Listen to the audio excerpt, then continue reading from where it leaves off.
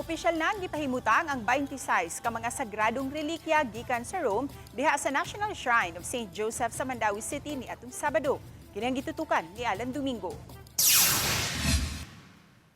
Giprosesyon ang mga relics padung sa St. Joseph National Shrine o gibutang sa atubang bahin na doon sa altar. Gisunodayon ang santos nga misa nga gipanguluhan ni Father Ian Balangkig.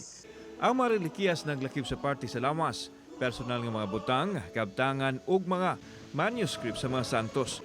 Apil ini ang mga butang nga naduol o nadapat kanila. Lakip sa labing importanteng relikyas nga anaa sa shrine mao ang gihalad kang San Jose o sa 12 ka mga apostoles. Apil usab ang koneksyon sa pipila ka matalag sa artikulo sa Biblia. Usa ka bato gikan sa dapit sa katapusang panihapon, relikya gikan sa Cave of Nativity, bahin sa belo ni Birhen Maria, bahin sa kuna sa Batang Jesus, ug ang relikya gikan sa balaang krus diin gilansang ug namatay si Jesus. Kining mga relikyas gitugya na kini sa atong National Shrine ug magpabili na kini dinhi para sa atong mga katawhang matuuhon sa Mandawi ug sa mga Subuanon. Ang atong kinabuhi dinhi usa ka panaw, pilgrimage. Pero wala kita nag-inusara kundi giubanan ta sa daghan kaayong mga higala ngadto sa langit nga mao ang mga santos.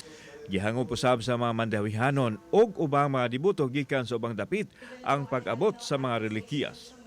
Amazing, then grateful. Doon na special prayers? Of course, for my family and my business. Salamat. Say prayers mo. Kuan ka nang pasalamat sa nga nakakuan ni aning relics. Kauban si Clover Lumayag, ako si Alan Domingo. Balitang Bistak.